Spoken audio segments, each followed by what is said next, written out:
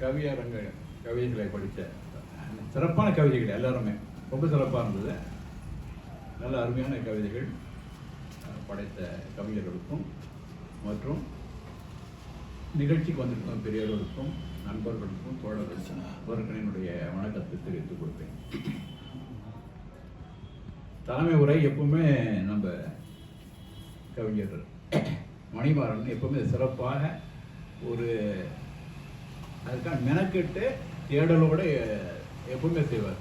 அந்த மாதிரி தான் இந்த முறையும் அவருக்கு கொடுத்த அந்த பணியை சிறப்பாக செய்திருக்கிறார். முதல்ல தொடக்கத்தில் அவங்களுக்கும் கொடுத்து தான் மொழின்னு சொல்லிட்டீங்க. அதாவது இந்தியாவிலிருந்து பிரியும் போது கிழக்கு பாகிஸ்தான் என்பது முந்தி வந்து வங்க நாடு, வங்க மொழி பேசுகிற வங்க மாநிலம். அந்த வங்க மாநிலத்தை 1905 வந்து பிரிக்கிறாங்க, வங்க பிரிவினை. இஸ்லாமியர்கள் அதிகமாக இருக்கிற பகுதி வந்து கிழக்கு பக்கம், இந்துக்கள் அதிகமாக இருக்கு மேற்கு பக்கம். இப்போ மேற்கு வங்கம் சொல்கிறாங்க இல்லையா, வெஸ்ட் பெங்கால். இது வந்து அந்த மேற்கு வங்கத்தில் இந்துக்கள் அதிகமாக இருந்தார்கள், கிழக்கு பகுதியில் இஸ்லாமியர்கள் அதிகமாக இருந்தார்கள். இந்த பகுதி மக்களை கொண்டு போய் மேற்கு பாகிஸ்தான் பக்கத்தில் இருக்கக்கூடிய அந்த பகுதி இஸ்லாமியர்களோட இணைக்கிறாங்க. பாகிஸ்தான் என்பது ஒரு பக்கம், இந்தியாவுக்கு கிழக்கில் ஒரு பகுதியும் மேற்கில் ஒரு பகுதியும் இருக்குது. இடையில இந்தியா தான். இது இப்படி தான் போகணும், அவங்க இந்தியாவை தாண்டி தான் போகணும். அந்த மாதிரி அவங்களுடைய பூகோள அமைப்பு அப்படி தான் இருந்தது. அதனால் அந்த கிழக்கு, அதாவது மேற்கு பாகிஸ்தானில் ஆண்டு கொண்டிருந்த ஆட்சியாளர்களுடைய மொழி உருது. கிழக்கு பகுதியில் இருந்த பாகிஸ்தானில் இருந்த மக்களுடைய மொழி இந்து, இது வங்கம். ஆனால் மதத்தால் 2 பேருமே வந்து இஸ்லாமியர்கள் தான், மொழியால் வேறுபட்டவர்கள். மதம் அவர்களை ஒருங்கிணைத்தாலும் மொழியால் வேறுபட்டதால இந்த உருது மொழியை சேர்ந்த ஆட்சியாளர்கள் எங்க மேல வங்க மொழியை திணித்தார்கள். அதனால தான் அவங்க வந்து ஏற்றுக்கல. அதான் ஒரு பெரிய போராட்டம் நடந்து 4 உயிர்கள் பலியான அந்த நிகழ்வு தான் சொன்னாங்க. இப்போ நீங்கள் யோசனை பண்ணலாம், அதான் முடிஞ்சு போச்சு, அந்த தாய்மொழி நாள் பற்றியே பேசியாச்சு, அப்புறம் அடுத்தது நன்றி உரை தானே, அப்புறம் வேற என்னத்துக்கு சிறப்புரை கூட நினைக்கலாம் நீங்கள். இப்போ என்ன பேச வந்ததே வந்து திணிப்பு. உருது வந்து வங்க மொழி மக்கள் திணிச்சிருக்காங்க. இவர் பேசும்போது சொன்னார் 1965, 38 ஹிந்தி திணிச்சிருக்காங்க. அப்போ இந்த திணிப்பு நடக்குது இங்கே மட்டும் இல்லை, உலகம் முழுக்கவே இந்த திணிப்பு என்பது நடந்து கொண்டிருக்கிறது. இப்போ நம்ம பேச வந்து அதுதான், அதனோட இது வந்து ஒரு சடங்கு. தாய்மொழி நாள் என்பது வருடம் அந்த நாளை நம் நினைவு கூறுவது என்பது ஒரு சடங்காக போயிடுச்சு. ஆனால் நம்ம பேச வேண்டியது அதுக்கு பின்னாடி என்ன அரசியல் இருக்கு, ஒரு திணிப்புக்கு பின்னாடி என்ன அரசியல், ஏன் திணிக்கணும், திணிப்பது யார், யார் மீது திணிக்கப்படுகிறது, ஏன் திணிக்கப்படுகிறது, இதுதான் கேள்வி. யாரால் திணிக்கப்படுகிறது, ஏன் திணிக்கப்படுகிறது, யார் மீது, இந்த 3க்கு நம்ம தெரிஞ்சுக்கிட்டா நம்ம எல்லா நாட்டுடைய திணிப்புக்கும் என்ன அரசியல்னு நம்ம புரிஞ்ச முடியும். அதுக்காக அடிப்படையான பிரச்சனைக்குள்ள போகணுன்றதுக்காக இந்த இது சிறப்பு உரையில நான் குறிப்பிடலாம்னு நினைப்பேன். திணிப்பு என்பது ஆட்சி அதிகாரத்தை கொண்ட ஒரு குழு ஆட்சி அதிகாரத்தை இல்லாத மற்றவங்க மேல ஒரு திணிப்பு நடத்துது. அதாவது இந்தியாவில் பார்த்தீங்கன்னா முகலாயர்கள் ஆண்டார்கள். முகலாயர் ஆண்டு போது பாரசீக மொழியும் அரபு மொழியும் இங்கு திணிக்கப்பட்டது. ஏன்னா அவங்ககிட்ட ஆட்சி அதிகாரம் இருந்தது. அவன் போன பிறகு ஆங்கிலேயர் வந்தார். ஆங்கிலேயர் வந்து ஆங்கிலம் திணிக்கப்பட்டது. அதே மாதிரி புதுச்சேரியில் பார்த்தீங்கன்னா பிரெஞ்சுக்காரன் வந்தால் பிரெஞ்சு மொழி திணிக்கப்பட்டது. அப்போ யார்கிட்ட அதிகாரம் இருக்கிறதோ அந்த அதிகாரத்தின் கொண்ட அந்த அமைப்பு, அந்த ஆட்சியாளர்கள் அந்த அதிகாரத்தை இல்லாத, அதாவது வேறு அந்நிய நாட்டிலிருந்து வந்துட்டு உள்நாட்டுக்காரன் மேல திணிச்சுட்டு இருக்கான். ஆனால் இந்தி மொழி என்பது இந்தியாவுக்குள்ளே இருக்க மக்கள் மேலேயே ஒரு மொழி சார்ந்த ஒரு பிரிவு வந்து இந்திய தாய்மொழியை ஏற்றுக்கொள்ளாத மக்களுமே திணிக்கிறார்கள். ஒரே நாட்டுக்குள்ள அன்னையும் திணிச்சு அது வேற. ஒரே நாட்டுக்குள்ள இருக்கிற ஒரு ஆட்சியாளன் தன்னுடைய நாட்டின் மற்ற பகுதியில் இருக்கிற மக்கள் மேல ஒரு மொழியை திணிக்கிறார். ஏன் திணிக்கிறார்கள்? அப்போ இந்த திணிப்பை பார்க்கும்போது நோய் நாடி நோய் முதல் நாடி, அது தனிப்பை வாய் நாடி வாய்ப்பச்சைய. இப்போ இந்த திணிப்பை நம்ம ஆயும்போது ஒன்று உங்களுக்கு சொன்னால் ஒரு ரொம்ப வியப்பாக இருக்கும். இங்கே 20ஆம் நூற்றாண்டில் இந்தி திணிக்கப்பட்டது. இந்த இந்தி திணிப்புக்கும் 18ஆம் நூற்றாண்டில் ஐரோப்பாவில் மொழியியல் ஆய்வு நடத்தப்படுகிறது. அந்த மொழியியல் ஆய்வுக்கும் 20ஆம் நூற்றாண்டு 200 வருடம் கழித்து இந்தியாவில் இந்தி திணிப்புக்கும் ஒரு தொடர்பு இருக்குது.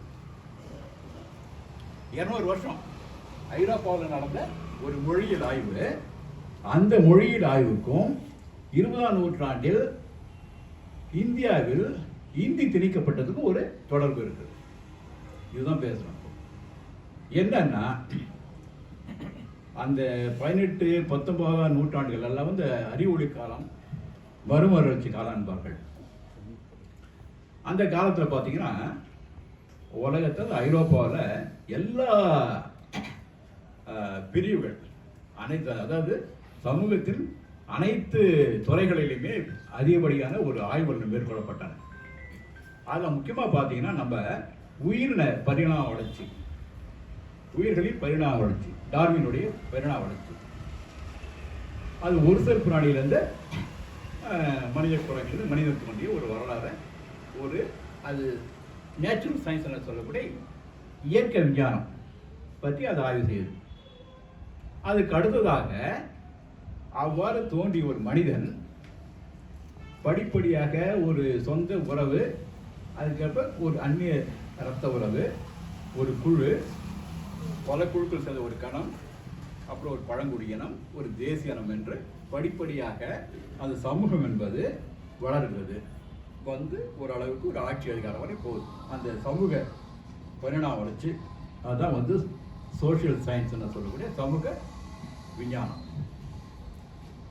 இந்த படிப்படி வளர்ச்சி பார்த்து அடுத்ததாக காரணம் பார்த்து இந்த வளர்ச்சி ஏன் வந்தது, எப்படி வந்தது, ஏன்னா அவரு பார்க்குறார். இந்த படிநிலை வளர்ச்சிக்கான காரணம் வந்து ஒவ்வொரு காலகட்டத்தையும் அவங்க செலுத்தக்கூடிய உழைப்பு, அந்த உழைப்பின் மூலமாக வரக்கூடிய உற்பத்தி, உற்பத்தியின் மூலமாக கிடைக்கக்கூடிய உபரி உற்பத்தி, அது பங்கீடு, இதெல்லாம் பார்த்து கருவிகளுடைய வளர்ச்சி, இதெல்லாம் பார்த்து இந்த உழைப்பும் கருவிகளில் ஏற்படும் மாற்றங்கள் தான் இந்த அளவுக்கு வளர்ச்சி அடைகிறதுன்னு சொல்லி அது பொலிட்டிக்கல் சயின்ஸ் தான், அரசியல் விஞ்ஞானம். ஒவ்வொரு தலைப்பும் பார்க்கும்போது மொழியியல் ஆய்வு, ஃபிலாலஜின்றாங்க. ஃபிலாலஜி இந்த மொழியியல் ஆய்வு. இந்த மொழியியல் ஆய்வில் அது அந்த துறையை ஆய்வு பண்ணும்போது என்ன சொல்கிறாங்கன்னா, இப்போ மொழியை பற்றி எல்லாரும் பேசணும். மொழி 18ஆம் நூற்றாண்டு வரைக்கும் மொழியை பற்றி என்ன நினச்சிருந்தாங்கன்னா, மொழி என்பது மக்கள் புற உலகை புரிந்து கொள்வதற்கும் அதை விவரிப்பதற்கும் கடவுளால் அளிக்கப்பட்ட ஒரு கருவி. 18ஆம் நூற்றாண்டு வரைக்கும். அப்புறம் வந்து இந்த ஆய்வுகள் மேற்கொள்ளும் போது ஹெர்டர் சொல்லக்கூடிய ஒரு ஆய்வாளர், ஒரு மொழியியல் அறிஞர் என்ன சொல்றாருன்னா, மொழி என்பது சமூகத்தின் விளைபொருள். ஏன்னா மக்கள் ஒருவரோடு ஒருவர் உறவு கொள்ளும் போது தன்னுடைய உணர்வுகளை மக்களுக்கு அடுத்தவர்கள் சொல்லும்போது அந்த பரிவர்த்தனைக்காக, உணர்வுகளை பரிமாறிக்கொள்வதற்காக தவிர்க்க முடியாமல் உண்டானது தான் மொழி சொல்லி அவர் ஹெர்டர்ன்றது முதல் முறையாக அவர் தான் சொல்றார். அது சமூகத்தின் விளைபொருள், சமூகம் தான் உருவாக்குது, கடவுள் உருவாக்குது. அதுக்கப்புறம் வான் ஹூம்போல்ட் என்ற ஒரு ஜெர்மானிய மொழிகள் அறிஞர் என்ன சொல்றோம்னா, ஒரு மொழி இதை ரொம்ப முக்கியமாக ஆழமாக சொல்றது, ஒரு மொழி அதனுடைய தன்மை, அதனுடைய இலக்கண கட்டமைப்பு, இதை வச்சு நீங்க அந்த மொழி பேசக்கூடிய மக்களின் பண்பாடு, நாகரிகம், வரலாறு, தேசம், இது எல்லாம் கூட நீங்க சொல்லிடலாம். ஆளையே பார்க்க தேவை, மொழியை வச்சு சொல்லிடலாம். அந்த அளவுக்கு மொழியை நீங்க ஆய்வு பண்ணீங்கன்னா அந்த இனத்தினுடைய வரலாற்றை நீங்க சொல்லிடலாம்னு சொல்லி ஒரு ஆழமான ஒரு புரிதலுக்கு போறார். இந்த மாதிரி அந்த காலத்துல விவிலியத்தை பற்றி ஒரு ஆய்வு நடந்துட்டு இருக்கு. பைபிளை பற்றி பைபிள் ஆய்வு பண்ண என்ன சொல்றாங்கன்னா, இந்த மொழியை ஆய்வு செய்தால் அப்படியே போனோம்னா உலகத்தில் எல்லா மக்களுக்கான ஒரு பொதுவான மொழி எங்காவது இருக்கும், அதை தேடி கண்டுபிடிக்கலாம் சொல்லி அந்த தேடல்ல ஒரு பிரிவு பண்ணியிருக்காங்க. அப்புறம் இயேசு சபையினர் ஒரு ஒரு குழு, அவங்க என்ன சொல்றாங்கன்னா, லத்தீன், கிரேக்கம், சமஸ்கிருதம் இந்த மொழிகளுக்கு இடையே இருக்கக்கூடிய வேர்ச்சொல், சில வேர்ச்சொல்கள் ஒன்னா இருக்கு மூன்றுக்குமே சொல்லி அவங்க அங்க ஒரு குழு சொல்றாங்க. அப்போ இந்தியாவில் ஏஷியாட்டிக் சொசைட்டின்னு சொல்லி ஒரு அமைப்பு உருவாக்கிட்டு சார் வில்லியம் ஜோன்ஸ் அவர் பேர், அவர் ஒரு சட்ட வல்லுநர். அவர் தான் மனுநீதியை மொழிபெயர்த்தவர். மனுநீதி மொழிபெயர்த்தார், அப்புறம் பகவத்கீதை மொழிபெயர்த்தார். அவர் ஆய்வு மொழிகள் அறிஞர். அவர் என்ன சொல்றாருன்னா, சமஸ்கிருதம், கிரேக்கம், லத்தீன் இந்த மூணுமே ஒரு மொழி குடும்பத்தை சேர்ந்த ஒரு மொழிகள் தான். இதுக்கான ஒரு மூல மொழி ஒன்று இருக்கு, அந்த மொழியிலிருந்து வந்திருக்கு சொல்லி அவர் சொல்றார். திரும்பி ஹூம்போல்ட் என்ன சொல்றாருன்னா, திரும்பி இன்னும் ஆய்வு பண்றார். அவர் சொல்றாரு, உலக மொழிகளையும் 3 பிரிக்கிறார். இந்த லத்தீன், கிரேக்கம், சமஸ்கிருதம் எல்லாம் ஆரிய ஜெர்மானிய மொழி குடும்பம். அதுக்கு முன்னாடி அதுக்கடுத்து சீன மொழி குடும்பம், அதுக்கடுத்து திராவிட மொழி குடும்பம். இந்த 3 குடும்பங்கள் தான் உலகத்தில் இருக்கு. இதுல ஜெர்மானிய ஆரிய குடும்பம் மொழியில் இருக்கக்கூடிய அதான் சமஸ்கிருதத்துடைய மூல மொழி. அது அந்த மொழியில் இருக்கக்கூடிய வளம் ஒரு பரிபூர்ணமான ஒரு மொழி. அந்த இலக்கணம் என்பது ஒரு கட்டுக்கோப்பான இலக்கணம், மாறாத தன்மையுடையது. அந்த மொழி பேசக்கூடியவர்கள் நல்ல சிறந்த பண்பாளர்கள், சிறந்த நாகரிகம் உடையவர்கள் சொல்லி அந்த மொழி குடும்பத்தை பற்றி பேச ஆரம்பிக்கிறாங்க. இப்படிதான் படிப்படியா அந்த மொழி ஆய்வு என்பது வந்துட்டே இருக்கு. அப்போதான் மேக்ஸ் முல்லர் அவர் என்ன சொல்றாருன்னா, அந்த வேதங்கள் என்பது இந்தியாவுடைய ஆவணங்கள் அல்ல, ஐரோப்பாவின் ஆவணங்கள். ஏன்னா ஐரோப்பாவுக்கும் இந்தியாவுக்கும் அந்த பார்ப்பனர்களுக்கும் இதுக்கு ஒரு தொடர்பு இருக்கு. அப்போ இதெல்லாம் ஆய்வு பண்ணும்போது நம்ம ஆரிய இனத்தை நம்ம போவோம். ஆரிய இனம், அந்த ஆரிய இனம் யாரு? அடுத்த கேள்வி வரும். ஆரிய இனம் யாருன்னா, பண்டைய ஐரோப்பியர்களுக்கும் நவீன இங்க இந்தியாவில் இருக்க பிராமணர்களுக்கும் இவங்களுடைய மூல மரபினர் தான் ஆரியர்கள். அந்த ஆரியர்களோட 2 பிரிவு தான் ஐரோப்பியர்களும் இன்றைய இந்தியாவில் இருக்கிற பிராமணர்களும். அப்ப இருமே ஒரே ஒரு குடும்பத்தை சேர்ந்தவர்கள், ஒரே மரபினத்தை சேர்ந்தவர்கள், ஐரோப்பியர்களும் பிராமணர்களும் சொல்லி அவங்களுக்குள்ள உறவு ஏற்படுது. அப்புறம் இன்னொருத்தர் ஜான் பில் என்ற என்ன சொல்றாருன்னா, சிந்து சமவெளியில வாழ்ந்து கொண்டிருந்த தொல்குடிகளுக்கு மேல ஆரியர்களுடைய படையெடுப்பு நடந்து, இந்த ஆரியர்களுடைய வளர்ந்த பண்பாடோட இந்த ஆரியர்கள் இந்த தொல்குடிகளுக்கு நாகரிகத்தை சொல்லிக் கொடுத்து, இங்கே மரபின் அடிப்படையில் வர்ணாசிரம சாதி முறையை உருவாக்குனாங்கன்னு சொல்றேன். அவங்க தான் உருவாக்குனாங்க. அப்போ இந்த ஐரோப்பியர்களும் பிராமணர்களும் ஆரியர்களும் ஒருத்தர் உறவு உள்ளவர்கள். நாங்கள் மற்ற எல்லாரை விட சிறந்தவர்கள், பண்பாட்டில் எல்லாத்துமே நான் சிறந்தவர்கள் சரி. அந்த ஒரு கருத்துருவாக்கம் உருவாகுது ஒரு பக்கம்.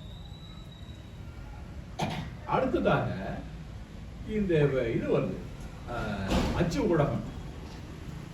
அச்சு ஊடகம் வந்த பிறகு பரவலாக நிறைய செய்தித்தாள்கள், புத்தகங்கள், அது மூலம் கதைகள், கட்டுரைகள் எல்லாம் வருது, தலையங்கள் வருது. இந்த அச்சு ஊடகம் என்ன பண்ணுதுன்னா, எங்கேயோ இருக்கிறான், காஷ்மீரில் இருப்பான், கன்னியாகுமரி இருப்பான், இந்த அச்சு ஊடகத்தின் மூலமாக ஒருத்தருக்கு ஒருத்தர் தொடர்பு வருது. குஜராத்தில் இருப்பான், வங்கத்தில் இருப்பான். அப்போ இந்த அச்சு ஊடகம் என்ன செய்யுதுன்னா, ஒரு அளவுக்கு ஒரு இணைப்பு உருவாக்குது. இந்த இணைப்பை யார் அதிகமாக உள்வாங்குறாங்கன்னா, பைலிங்குவேஜ் இன்டலெக்சுவல் சொல்கிறாங்களே, இருமொழி அறிவியலாளர்கள், அறிவாளிகள், இவர்களை மத்தியில் வந்து இந்த ஒரு பார்வை வருது. அகில இந்தியாவில் தூரத்தில் என்ன ஒரு உறவு ஏற்படுது, அந்த தொடர்பு அவர்களுக்கு வருது. அவங்க நினைக்கிறாங்கன்னா, நம்ம வந்து ஏன் ஒரு அமைப்பாக உருவாகக்கூடாது அகில இந்திய அளவில், இந்த பார்வை வருது எல்லாருக்குமே. இது ஒரு பக்கம். அடுத்ததாக இந்த கல்வியாளர் மத்தியில் இந்த ஒரு உணர்வு வருது. அடுத்ததாக பத்ரலோக் என்ற ஒரு அமைப்பு பெங்காலில், அதே படித்த மத்தியதர வகுப்பினர் அவங்க கூட அவங்க தான் அடிப்படையில் இந்திய தேசியம், தேசிய இந்துத்துவா இந்த கருத்துக்களை பரவலாக கொண்டு வந்தவங்க. அவங்க தான் காளி பூஜையை கொண்டு வந்து இந்தியாவை ஒருங்கிணைக்கணும். நம்ம இப்போ ஆனந்தவாடன் இவருடைய நாவல் இருக்கு இல்லையா, இந்த வந்தே மாதரன் ஒரு பாட்டெல்லாம் வருமே, ஆனந்தவாடன் நாவல் பேர் பக்கிம் சந்திர அவருடைய ஆனந்தவாடன் நாவலில் வரும். அந்த பாட்டு வந்து வங்கத்தில் போய் இந்துக்கள் வந்து காளிக்கிட்ட பூஜை பண்ணும்போது இஸ்லாமியர்களுக்கு எதிராக ஒரு பண்ணுற பாட்டு தான் அது. அதை வந்து இவர்கள் அகில இந்தியாவில் கொண்டு போகிறாங்க. அப்போது வங்கத்தில் இருந்த பார்ப்பனர்கள் தான் அகில இந்திய தேசியத்தையும் இந்திய தேசியத்தையும் இந்துத்துவையும் பரப்பணும். அவங்க தான் என்ன பண்ணாங்க, பத்ரலோக் ஒரு அமைப்பை உருவாக்கி அந்த அமைப்பின் மூலமாக இந்தியா முழுக்க ஒரு வளம் வராங்க. இந்தியா கூட நம்ம வந்து ஒரு அமைப்பு உருவாக்கணும். யார் இந்த படித்த வர்க்கத்தின் மேல் அவங்க வராங்க, ஒரு அமைப்பு உருவாக்க இந்தியா முழுக்க நம்மளுக்கு இந்து கோட்பாடு ஏற்கனவே சொல்லிட்டாலே பார்ப்பனர்கள் நம்மள ஒரு இனம்னு. அப்போ அந்த இந்து கோட்பாடு மூலமாக இங்கே வராங்க. அப்போ வரும்போது அவங்க இந்தியன் அசோசியேஷன் அமைப்பு உருவாக்குறாங்க. அந்த அமைப்பை சேர்ந்தவங்க தமிழ்நாட்டு வந்து இங்கே பார்ப்பனர்களோட சேர்ந்து இங்கே சென்னை மகாஜன சபைன்னு ஒன்று உருவாக்குறாங்க. அப்புறம் கர்நாடகாவுக்கு போகிறாங்க. அப்போது அந்த பக்கம் படித்தவர்கள் வந்து ஒரு பக்கம் அகில இந்திய உருவாக்கத்தில் ஒரு பக்கம் இருக்கிறாங்க. இன்னொரு பக்கம் பார்த்தீங்கன்னா இந்த இது இருக்கு இல்லையா, அடையாறில் சொசைட்டி, அப்போது கர்னல் ஆல்காட் என்றவர் தான் முதல்ல 1775 அமெரிக்காவில் ஆரம்பிக்கிறார். அது வந்து அவங்க வந்து அந்த கிறித்துவ மேலைய பண்பாட்டில் விரக்தி அடைஞ்சவங்க, இந்திய பண்பாட்டு நல்லா இருக்குது, இந்து மதம் நல்லா இருக்குது சொல்லி வந்தவங்க. ஆல்காட்டும் அப்புறம் வந்து பிளாவாட்ஸ்கி அம்மையார்னு சொல்லி ரஷ்ய பெண்மணி, அவங்களோட பின்னாடி தான் அவங்க சேர்றாங்க. அன்னிபெசன்ட் அவங்க பின்னாடி வந்து சேர்றாங்க. இவங்கெல்லாம் சேர்ந்து ஆரியம் இவங்க சிறந்தது, சமஸ்கிருதம் சிறந்தது, நீங்கள்லாம் இங்கே இருக்கிற ஆட்கள் எல்லாம் வந்து உங்களுடைய பாரம்பரியத்தை இழந்துட்டு இருக்கிறீங்க. அவன் வந்து சொல்லி கொடுக்குறான் பார்ப்பனர்களுக்கு இங்கே எவ்வளோ பெருமிதமான ஒரு மரபு நம்மளுது, நீங்கள் அதை விட்டுட்டு நீங்கள் ஒரு எழுச்சி இல்லாமல் இருக்கிறீங்க சொல்லி அவன் வந்து அதை ஊட்டி விட்டு இந்த பக்கம்னா சமஸ்கிருத பள்ளியில் திறந்து 10லேருந்து 25 வயதுக்கு இருக்க இளைஞர்களை திரட்டி ஆர்மின்னு ஒன்று அவங்க ஆரம்பிக்கிறாங்க. இது பண்ணவங்க இங்கே இருக்கிற பார்ப்பனருக்கு வந்து ரொம்ப நம்மளுக்கிட்ட நம்ம பேசுறது ஒரு ஆள் வந்துட்டாங்கன்னு சொல்லி இங்கே இருக்க எல்லா பார்ப்பனர்களும் அவ்வளோ சேர்ந்துட்டு அது ஒரு அமைப்பு பெருசாக வளருது. அப்போது இன்னொரு இந்த லார்ட் ரிப்பன் அவர் வந்து இந்தியாவிலேருந்து வேலை முடிஞ்சு 6 வருடம் கழிச்சு போகிறார் லண்டனுக்கு போகும்போது அவங்க வந்து இந்தியாவில் இருக்கு. ஏன்னா அவர் தான் வந்து உள்ளாட்சி நிர்வாகங்களை உருவாக்கணும். அப்போ ரிப்பன் பில்டிங் அவர் பேர் தான். உள்ளாட்சி நிர்வாகங்களை உருவாக்குறதால அவருக்கு மேலே இந்திய மக்கள் மேலே ஒரு நல்ல பரிவுள்ளவர். அதனால் ஒரு உயர் பதவியிலிருந்த அனைத்து அதிகாரிகளும் சேர்ந்து அவருக்கு வழிநடத்து விழா நடத்த பாம்பே போகிறாங்க. 1984 போகும்போது அப்போ எல்லாருமே வந்து பல மாநிலங்கள் சேர்ந்தவங்க. ஆனால் ஒரு 2 விஷயத்துல ஒன்று போடுறாங்க. ஒன்று, எல்லாருக்கும் ஆங்கிலம் தெரிஞ்சிருக்கு. இன்னொன்று, எல்லாருமே பார்ப்பனர்களும் மேற்சாதியாக தான் இருக்காங்க. இந்த 2 விஷயம் தான் அவங்களை இணைக்குது. அவங்க பார்க்குறாங்க, அடடா இவ்வளோ பேர் இருக்கிறோம், ஒரே மாதிரி ஆளாக இருக்கிறோம், நம்ம வருஷத்துக்கு ஒரு முறை நம்ம கூட நல்லா இருக்குமே, இந்த ரிப்பன் பிரபுவால் நம்மளுக்கு நல்ல வாய்ப்பு கிடைச்சிது, இனிமேல் ஒரு அமைப்பு உருவாக்கலாம் நம்ம அகில இந்த அளவில். இதுதான் 1985 காங்கிரஸ் மகாசபை உருவாகும். இப்போ ஏஓ ஹியூம் யாருன்னா உள்துறையில் செயலாளர் இருந்தவர். அவர் ஹோம் மினிஸ்ட்ரியில் அவர் 1857 சிப்பாய் கழகம் நடந்ததப்போ அதை ஆய்வு பண்ணுறதுக்காகவே பிரிட்டன்லேருந்து ஒரு பெர்மிஷன் வாங்கிட்டு இந்தியாவுக்கு ஒரு டெப்டி கலெக்டராக வர்றார். அது முழுசாக அதை ஆய்வு பண்ணுறாரு. அப்புறம் ஒரு இது ஹோம் செக்ரட்டரி ஆகிறார். ஹோம் செக்ரட்டரினால அந்த எல்லா அவங்கள்ட்ட உளவுத்துறை இருக்கு. மக்கள் என்ன நினைக்கிறாங்க, மக்களுடைய நாடி துடிப்பு யாருக்கு தெரியும், உளவுத்துறைக்கு தான், ஹோம் செக்ரட்டரி தான். அப்போ அவர் பார்த்துட்டு உலகநாத இந்தியா முழுக்க வந்து ஒரு படித்த மேல் சாதிக்கெல்லாம் வந்து ஒரு விதமாக இருக்காங்க, அடித்தட்டு மக்களும் ஒரு போராட்டத்தில் இருக்காங்க. இந்த போராட்ட உணர்வை நம்ம அழுத்தணும்னா ஒரு அமைப்பு உருவாக்கணும், அதுதான் விரும்புகிறாங்க சொல்லி அவர் ஒரு இது பண்ணுறார், அவர் ரெக்கமெண்ட் பண்ணுறார். அப்போ தான் ஆரம்பிக்கிறாங்க. இப்போ ஆரம்பிக்கிற காலகட்டத்தில் அதில் பார்சியில் இருக்காங்க, சிந்து இருக்காங்க, இந்திய தேசிய காங்கிரஸில் இருக்காங்க. ஆனால் போக போக என்னாச்சுன்னா இது மராட்டிய சிற்போட பார்ப்பனர்கள் வந்து அவனை கடைசியாக ஆட்சி இழந்தவன். பேஷ்வா சொல்லக்கூடிய அவர்கள் தான் கடைசியாக பிரிட்டிஷ்காரங்க ஆட்சி இழந்தவன். அவனுக்கு வந்து மீண்டும் நம்ம அந்த ஆட்சி அதிகாரத்தை கைப்பற்றணும். கைப்பற்றது மட்டும் இல்லாமல் முகலாயர் வருவதற்கு முன்னாடி 1000 ஆண்டுகளுக்கு முன்னாடி எந்த மாதிரி அமைப்பு இருந்ததோ அந்த மாதிரி ஒரு ஆட்சி அதிகாரத்தை நம்ம உருவாக்கணும்.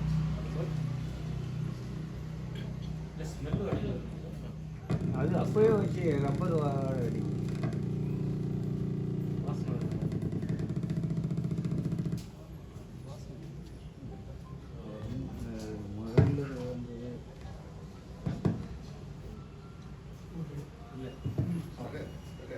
முன்னாடி வரல பேசுறீங்க 3 நிமிஷமா தான் இருக்கு. அப்படியா?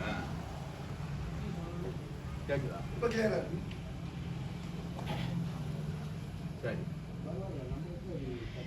அப்ப அந்த பேஷ்வாக்கள் என்ன பண்றாங்க, அவங்க வந்து ஆட்சி அதிகாரத்தை இழந்தவர்கள் மீண்டும் இந்தியாவுடைய ஆட்சி அதிகாரத்தை நாங்கள் கைப்பற்றணும் சொல்லி அது வரைக்கும் தொடக்கத்துல 1885 காங்கிரஸ்ல மூத்த தலைவர்கள்லாம் வந்து பார்சியில இருந்தவங்க இருக்காங்க, சிந்தி இனத்தை சேர்ந்திருக்காங்க, பல்வேறு இஸ்லாமியர் இருந்திருக்காங்க, எல்லாரும் இருந்திருக்காங்க. இந்த தலைமையை நகர்த்தி விட்டு நம்முடைய தலைமையை நிறுவனம் சொல்லி அவங்க 1905 இந்து மகாசபாவை உருவாக்குறாங்க. இந்து மகாசபா என்னன்னா அவன் வந்து பிரிட்டிஷ்காரன் வந்ததுல இருந்து நம்மளுக்கு பண்பாடு கேக்குதா? இல்ல அது கேட்க போறோம், நம்ம பேசுறது கேக்குது. கிளாஸ் ரூம் மாதிரி கேக்குது. பிரிட்டிஷ்காரன் வந்து நம்மளோட பண்பாட்டை சீரழிச்சிட்டான். அதனால வந்து நம்ம ஆட்சி அதிகாரம் நம்ம கையில தான் இருக்குன்னு சொல்லி 1905 இந்து மகாசபா ஆரம்பிக்கிறான். இந்து மகாசபா ஆரம்பிச்சுட்டு இந்திய தேசிய காங்கிரஸ் தலைமையை இவங்க கைப்பற்றிடுறாங்க. அவர் தான் வந்து எம்எம் மாளவியன், மதன் மோகன் மாளவியன் சொல்லி அவர் தான் சமஸ்கிருத கல்லூரியை உண்டாக்குனவர் ஹைதராபாத்தில், அலகாபாத்தில். அதே மாதிரி கோபாலகிருஷ்ணன் கோகலே, திலகர், இவங்கெல்லாம் சிற்பவனை பார்ப்பாங்க. இந்த சிற்பவனை பார்க்கலாம் வந்து இது வந்து தலைமை பிடிச்சிட்டாங்க, காங்கிரஸ் தலைமை பிடிச்சிட்டாங்க. அப்போ அந்த திலகர் அடிக்கடி கூட்டங்கள் என்ன பேசுவார்னா, வெத்தலை பாக்கு கடை வச்சிருக்கவனுக்கு அல்லது எண்ணெய் ஆட்டுறவனுக்கு உங்களுக்குன்னா எதுக்கு நீங்களாம் ஏன் அரசியலுக்கு வரீங்க?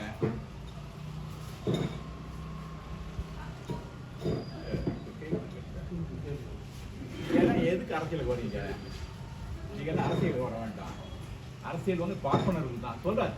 இது வந்து அம்பேத்கர் அவருடைய நூல்ல காங்கிரஸும் காந்தியும் தாழ்த்தப்பட்டவர்கள் செய்தது என்ன ஒரு தலைப்புல ஒரு புத்தகமே இருக்கு.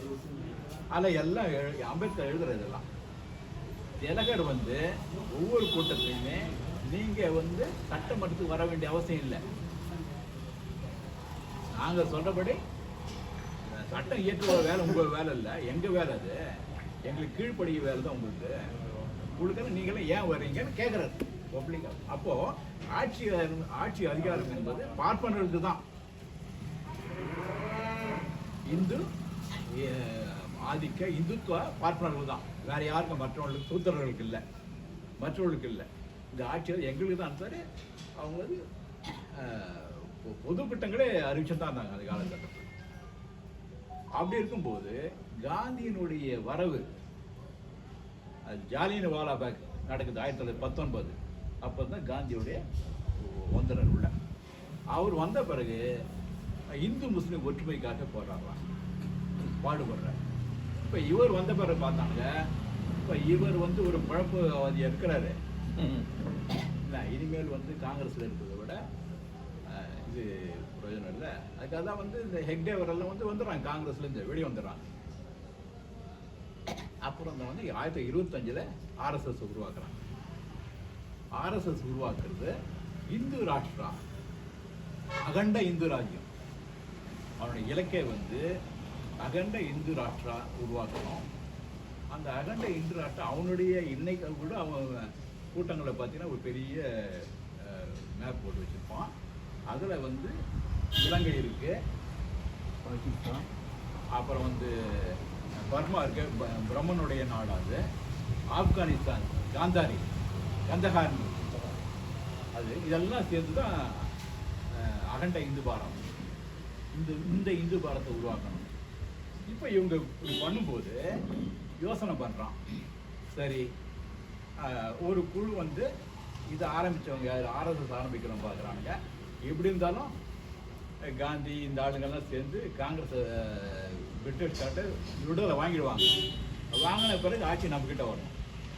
நம்மக்கிட்ட ஆட்சி வரும்போது ஆட்சி மொழி என்ன இருக்கணும் இதை பற்றி அப்போது சிந்திக்க ஆரம்பிக்கிறாங்க. 1883 ஒரு அமைப்பை யூபியில் ஆரம்பிக்கிறாங்க, இந்தி மொழி வளர்ச்சிக்காக. இப்போ இந்தி என்பது அந்த காலத்தில் எப்படி இருந்ததுன்னா, இந்தின்னு சில பகுதியில் யூபியில் சில பகுதியிலும் மத்திய பிரதேசத்தில் சில பகுதியிலும் தான் இந்தி இருந்தது. மற்றபடி இது வடநாடு முழுக்கும் இந்தி இல்லை. ஹரியானாவில் தான் கொஞ்சம் இருந்திருக்கு, பஞ்சாபில் பஞ்சாபி, பீகாரில் பீகாரி, ஒரிசாவில் ஒரியா, ராஜஸ்தானில் ராஜஸ்தானி, அது பல்வேறு மொழிகள் தான். அதுக்குள்ளே யூபியில் பார்த்தீங்கன்னா அந்த மைதிலி, போஜ்புரி, சாந்தாளி, பல மொழிகள்.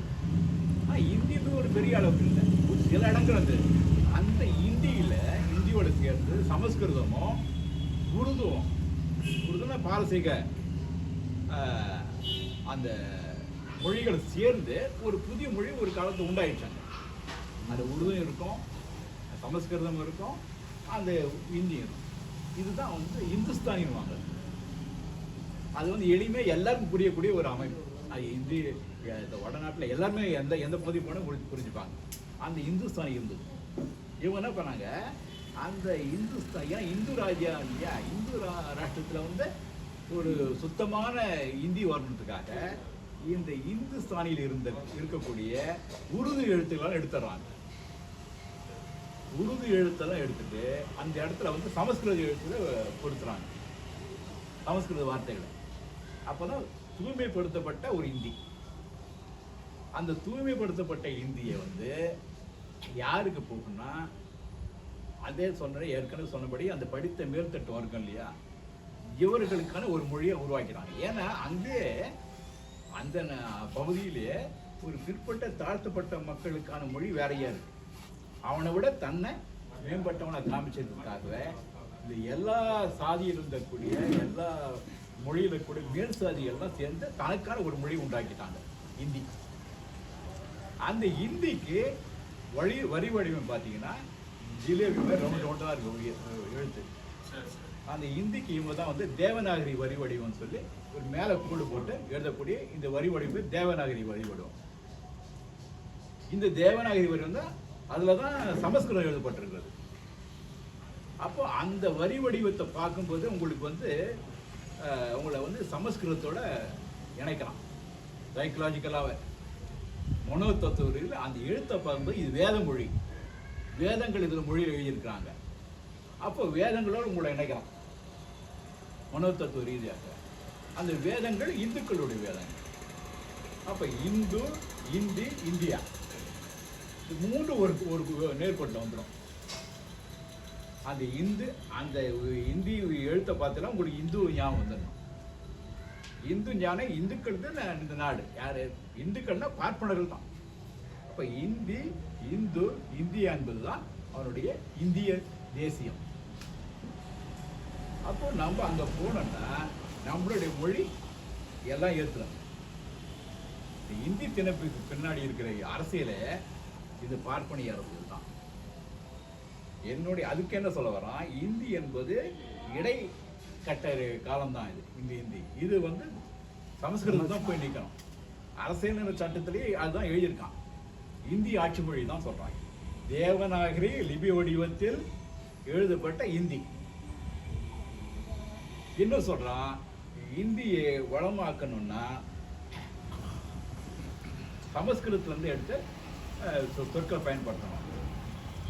இப்போ நீங்க எல்லாம் பார்க்கலாம், எல்லா இப்போ பார்த்தீங்கன்னா இந்த கிரிமினல் கொண்டாந்துருக்கான் பாருங்க. இப்போ முழுக்க சமஸ்கிருத வரி இது பேச்சில் கொண்டு வந்துட்டான். இப்போ எல்லா இதுவும் பாரத ரத்னா பேர் வைக்கிறது போல ஆகாஷ்வாணின்றான், தூர்தர்ஷன்றான், எல்லா பேருமே சமஸ்கிருதத்தில் வைக்கணும். அது சட்டமே இருக்கு. அரசாங்கம் தன்னுடைய நிறுவனங்களுக்கு சமஸ்கிருதத்தில் வைக்கணும் பேர். அப்போ சமஸ்கிருத மயமாக்கப்பட்ட இந்தி தான் இப்போ இருக்கு. இன்னும் காலப்போக்கு இந்த இந்தி போயிட்டு சமஸ்கிருதம் தான் வரும். சமஸ்கிருதம் தான் அவங்களோட மொழி. நம்ம எல்லாம் வந்து அவனுடைய அடிமைகள். அவனோட தான் அவன் தான் ஆட்சியாளன். ஆட்சி அதிகாரம் என்பது பெரியார் ரொம்ப கிளியராக சொல்லிட்டாரு. பார்ப்பன வணிக அரசினர். இந்திய அரசு என்பது பார்ப்பனிய வணிக அரசு. முதலாளிகளிடம் வடந்திய அதுவும் இப்போ வடந்தியன்னா இப்போ இன்னும் இவன் வந்த பிறகு வைராத்திய முதலாளிகளுடைய அரசு தான். வைராத்திய முதலாளிகளிடம் பார்ப்பனர் இவருடைய அரசு தான். தொடக்கத்தில் இந்த இந்திய அரசு என்பது அது பேர் தான் காங்கிரஸ், பிஜேபி, ஜனதான்னு சொல்லலாம். முடிய ஒட்டுமொத்தமான இந்திய அரசு என்பது பார்ப்பனிய வணிக அரசு. அந்த பார்ப்பனிய வணிக அரசு இந்த இந்தி மொழியை திணிக்குது. இப்போ நம்மெல்லாம் வந்து அவர் காந்தி சொல்றாரு, கொஞ்ச நாள் கழிச்சு எல்லா தென்னகத்தில் இருக்க எல்லாருமே வந்து இந்தியை படிச்சுட்டு இந்தியை வந்து நீங்கள் ஏற்றுக்கொள்ளணும்னு சொல்லி காந்தி வந்து முழுக்க இந்திக்கு ஆதரவானவர் தான். 1918 இந்து பிரஜா சபா, தட்சிண பாரத் ஹிந்து பிரச்சார சபான்னு ஆரம்பிக்கிறாங்க. அப்பத்திலேருந்து அவங்க வந்து அந்த மொழியை பற்றி ஆட்சி வந்த பிறகு என்ன மொழி வரும்னு சொல்லி அப்போ சிந்திக்க ஆரம்பித்தாங்க. அதனால் இதுதான் வந்து இதனுடைய அந்த அதாவது சடங்காக போகாமல் இருக்கிறதுக்காக அதனுடைய பின்னாடி என்ன இருக்குன்னு சொல்கிறது தான் அடிப்படை. இங்கே இன்னொன்று இவர் குறிப்பிட்டார் இந்த பேச்சில், வங்க மொழி அது 52 தான் அது உயிர் விட்டாங்க. யாராக இருந்தாலும் அந்த ஈகத்தை நம்ம வந்து நம்ம மதிக்கணும், போற்றணும். ஆனால் முன்னாடி 38 நம்ம 2 தமிழர்கள் உயிரிழந்தோம் இல்லையா? ஏன்னா 38 உயிரிழந்தவர்களை நம்ம ஏன் உலகத்துக்கு அறிமுகப்படுத்தலை? ஏன் உலகத்தை அந்த செய்தி போகலை? சாதி இல்லை, கொண்டு போகல. ஏன் கொண்டு போகலை? அவன் ஏன் கொண்டு போனான்னா இங்கே தான் பார்க்கணும். ஒரு மொழி விடுதலை என்பது இன விடுதலை, இன விடுதலை என்பது நாட்டு விடுதலை. அப்படிதான் முடியும்.